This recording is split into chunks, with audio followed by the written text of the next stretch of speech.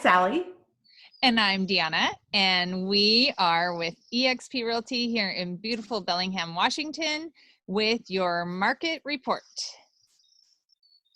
And I'm going to go first. So I'm going to talk about what we're learning as far as the market goes across the country. Things are changing. Deanna's going to talk more about our local market. So I'll get started. So of course, one of the most important things we want to know is how long are we going to be in this recovery? How's it going to affect the housing market? So one of the first things we're going to look at is how are the major financial institutions viewing this recovery? As we know, the GDP, we're going to look at that first. The GDP dropped pretty dramatically in this first quarter of 2020. And in the second quarter, we're still seeing the GDP pretty low. But Goldman Sachs, JP Morgan, Morgan Stanley, and Wells Fargo have made their predictions for the recovery for the rest of the year. And during the third quarter, 3 out of 4 are seeing that we are going to be having a recovery in our GDP just next quarter. And by fourth quarter, all 4 of them agree that we're going to see some recovery in the GDP. We're going to see positive numbers. So that's a really great indicator that these financial institutions believe that we are in a pretty good situation for recovery. So there are many reasons why it's hard to predict. I mean, those numbers are based on what we know today. Those numbers are actually based on what the numbers that came out on Friday. It's very difficult to predict these things because the recovery is going to be based on like several different factors.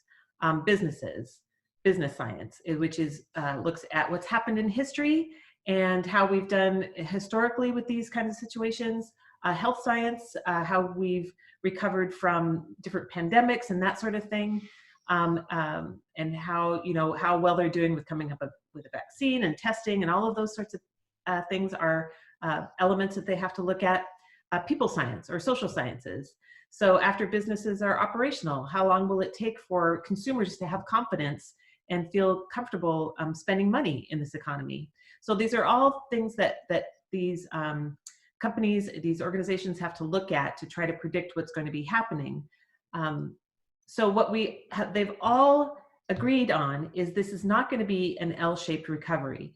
So in our last video, we talked about the V-shaped recovery, the U-shaped recovery, all the different types of recovery. The last recession that we had was more of an L-shaped recovery where we dropped off and we stayed low for a long time. We're all agreeing that that is not what's going to happen this time. How quickly we're going to recover, that's still being debated.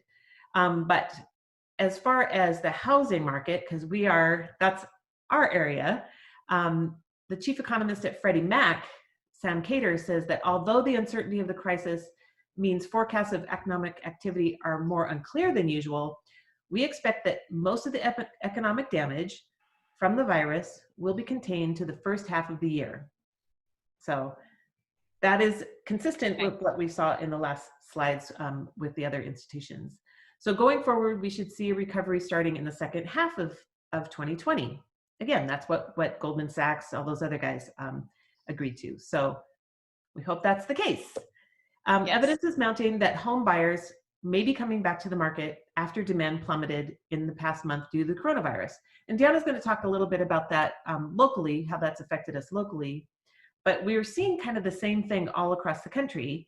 What we're seeing is that we started out the year here with a very steady climb in activity in home showings, is what this is showing you, which kind of indicates, the market.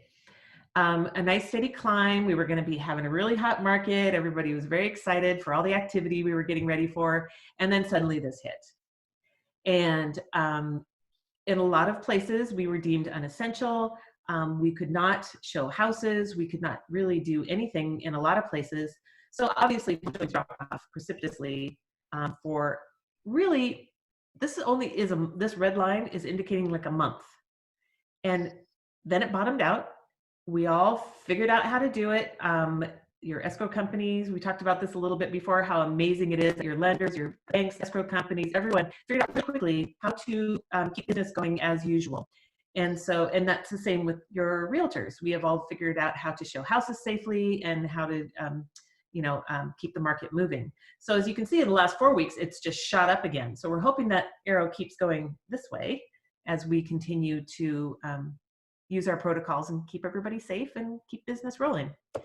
So one of the other things that's kind of driving this recovery, because housing really will drive the recovery. It's going to be a really important force in keeping our economy going. And so another one of the things that they find really hopeful and good news is that the number of homes, the homeownership rate in the United States is still increasing.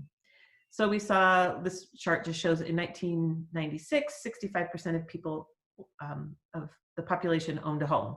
Shot up to 69%. That was in that 2005, 2006 era that was really super hot and people were buying houses like crazy. And then of course dropped off after we had the housing crisis for a lot of reasons, right? People were losing their homes.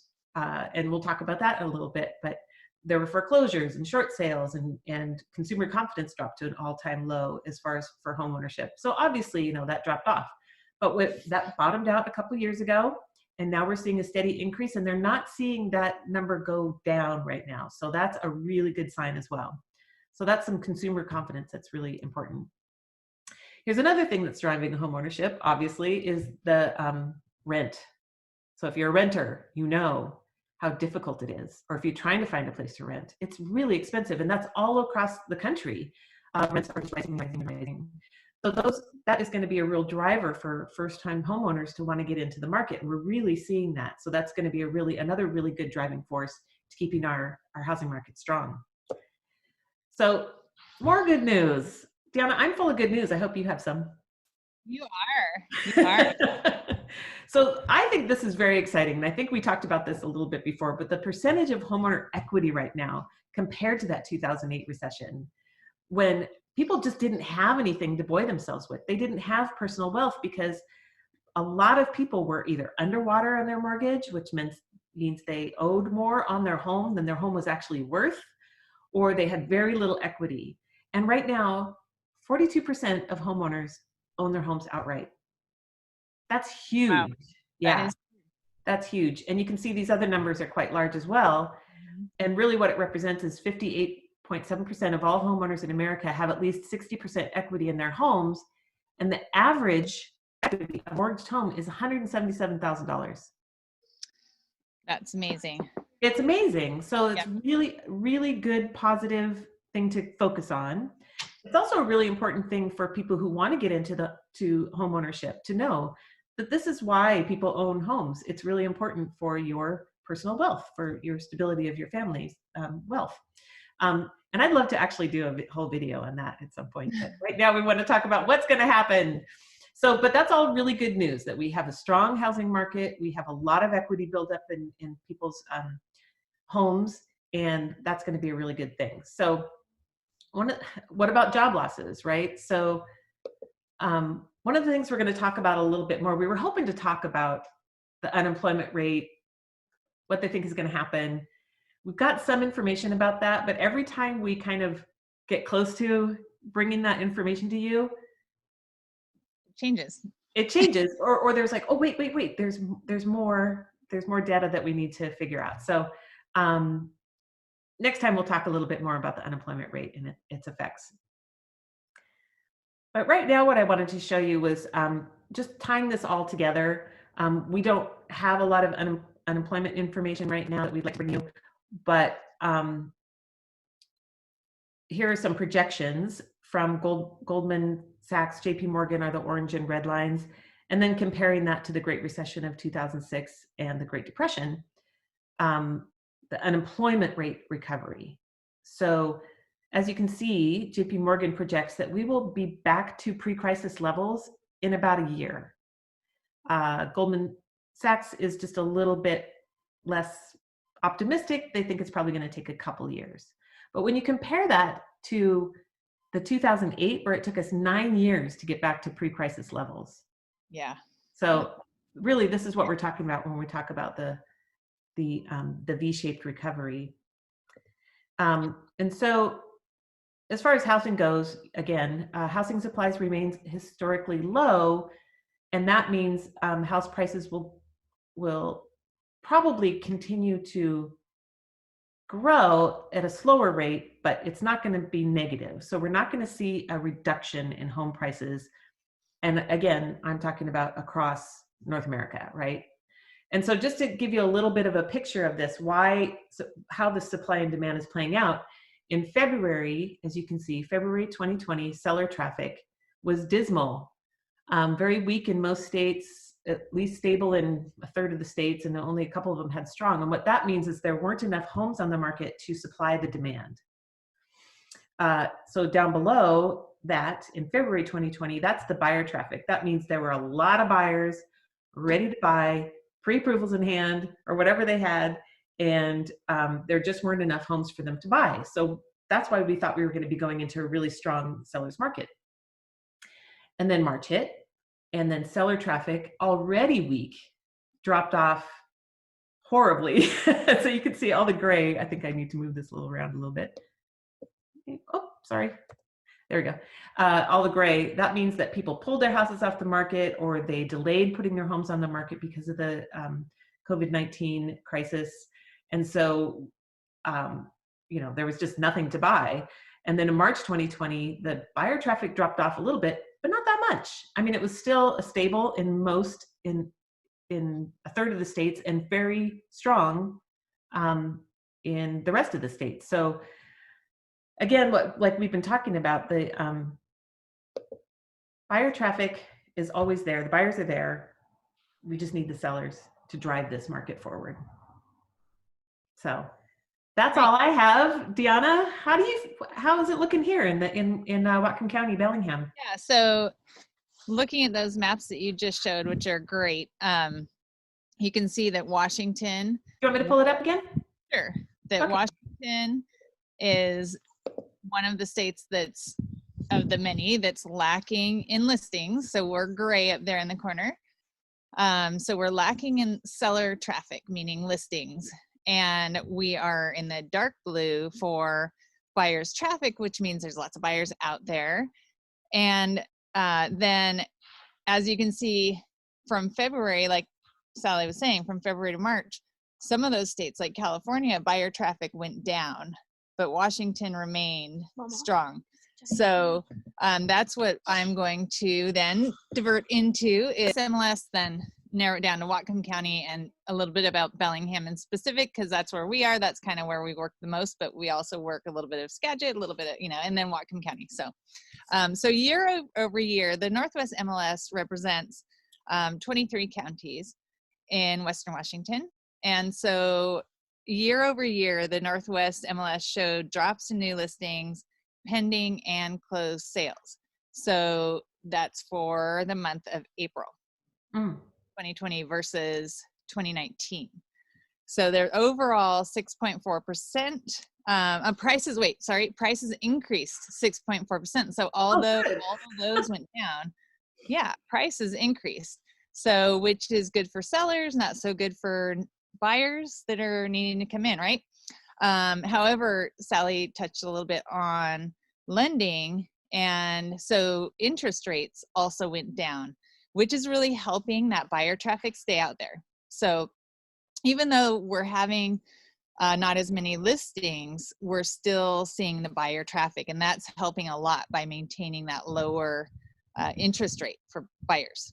So, and that was also why I think we were looking towards a stronger 2020, was the fact all those things were coming into play, and those people who had refinanced back in 2010, 2011, 12, those years, who now were sitting in their houses because they didn't want to sell and not get that great financing rate, we're now able to we can move our interest rate over to this new place, right?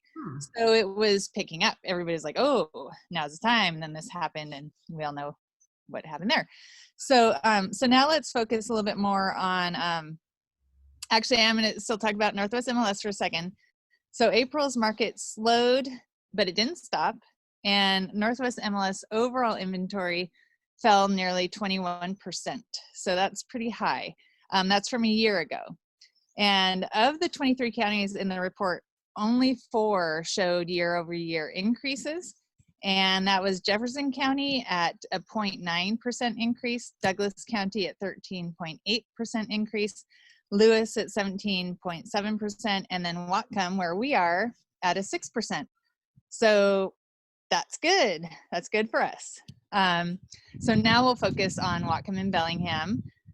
Overall listings were up, not significantly, but in March we were looking at 477, and in April 504. Let me see if I can pull up some little shots for you guys so you're not totally bored sitting here. All right, so active inventory by month. I just have Whatcom County on my slides to keep it simple. So listings were up, so that would be the inventory. So 477 in March and 504 in April. And in Bellingham, I'll just tell you, also up slightly in March, 111, and in April, 127. But again, year over year. So this chart here, you're looking at also 2019 numbers. Year over year, we don't have April on here. I don't know why they do that, but they do. They cut off April. We were lower. So. Okay. So, yeah. And then months of inventory, this is kind of interesting, slightly up. So from 2019, we had less than 2. This is in here, right here. We're probably about April there. Less than 2 months of inventory, which a balanced market is 6%. I mean, 6 months, sorry, 6 months of inventory. And a buyer's market is over 6 months. And so this is last year. So we're up slightly from last year, months of inventory, but not, again, the numbers are just slightly. So in Whatcom County, we're looking at 2.8% in April, and last year it was 2%. So not huge. And in Bellingham, it was a little bit more. We had 1.3 months of inventory last year, and now we're at 2.2. So Bellingham is actually, getting pretty active, was getting pretty active. Then we have our number of pending sales, and the pending sales actually went down, as you can see right here on the end. We have March was here, February was up here, then March came, and what they're saying, which we actually saw in our own listings, a little bit of panic happened, and buyers freaked out and pulled out of deals. So not knowing what was going to happen, but we're showing positivity. We were starting to show positivity in April, that people are starting to feel confident again, and that this isn't going to be the end of the end, and let's hang in there. So I think it's gonna, I don't know what's gonna happen. I'm not even gonna go there. I'm not gonna try to predict anything at this point, but and then we have the one that everybody likes to see, and that is pricing. So average sales price. The orange line is entire MLS, and then the green line is Whatcom County, and the green line is Bellingham, and the black line is Whatcom County. So overall pricing, Bellingham is higher than Whatcom County generally. And then the entire MLS is higher because you have places like Seattle, all those that are higher, have higher average home prices than us. But all 3 lines are going up. We went down slightly, but that's, I think, mainly because of the large jumbo loans, and that all happened with the lending. So I don't think that's a reflection necessarily that, oh my gosh, Bellingham's home prices and Whatcom County's home prices are actually going down. I don't think that's true at all. I think that it's simply showing that little bit of adjustment. And the other thing is to keep in mind is buyers who are coming into the market thinking that they are going to be able to get a really good deal are getting surprised, and that's not happening. So we still have a really strong sales market. Housing prices are not plummeting. It's not a free-for-all yet. So that's kind of where I'm at. The listings sold. So listings sold went down a little bit. compared to the amount of homes that were out there. Let me see if I can bring, do I have one down here? Well, I don't have that one, but I'm going to go ahead and stop sharing and just talk. So yeah, so anyway, so listings sold in Bellingham in March 55 and in April 57. So even though the number of listings went from 111 to 127, there were only 2 more sales. So the sales themselves didn't necessarily increase. And we saw the same thing in Whatcom County in general. We had 477 listings in March, 199 of those sold, and then 504 listings in April, which is an increase, but the sales went down to 180. Right. So you saw that little bit of buyer hesitation happening. Again, like I said, the little bit of panic and buyers pulling out. I think you're seeing that effect. You're seeing that effect in that. And it's funny because our last video, I was excited to see the April numbers, and now I'm like, I want to see May, you know. I want to see what's happening. We want to see it before it happens. Yeah, because you know, you feel things, but you're not really sure. Right. We actually see the stats. So yeah, we know what our clients are doing in our little world, but it's nice to see the numbers. So you know what I'm hearing, Deanna? Yeah, what do you? There's opportunities for both buyers and sellers in this market. Right. The low interest rates for buyers, they have more buying power. We talked about that with Dodie. Yes. The lower interest rate gives you more buying power. You can buy more house, you know, right now. Exactly. And then for sellers, I mean, there's clearly opportunities. Yeah, you always want to sell something when you have less. Like if, you know, you don't want to have 100 houses out there. You want to have 10 houses, and get your house should be one of those 10, right? You don't want to have 100 houses, because then all of a sudden you have 100 houses that people can go and look at. So when inventory is low, that's when you want to get your house out there. You have less competition. Yeah. So yeah.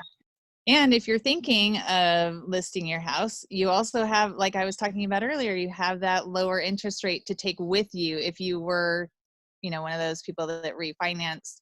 And also you have equity, like you talked about. You have equity in your home to move forward with. I mean, it's great. Reach out to find out how much equity you have, because it's kind of exciting. Yeah, we can help you with that. Yeah. If you don't know how to go about doing that, just let us know. Wow. So I feel like we have some really good stuff to share. I know there are people out there who have doom and gloom and, you know, want to tell you the sky is falling, and you can listen to them too if you want. But these are actual numbers that we're working with right now. This is what's happening. This is a snapshot of what's happening right now. And we'll keep you up to date on as we learn more, right? Yep. Yeah. So stay tuned. Exactly. Till next time. Till next time.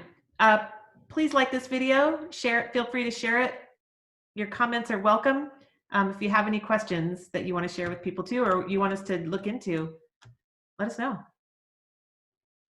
Yeah. Okay, bye.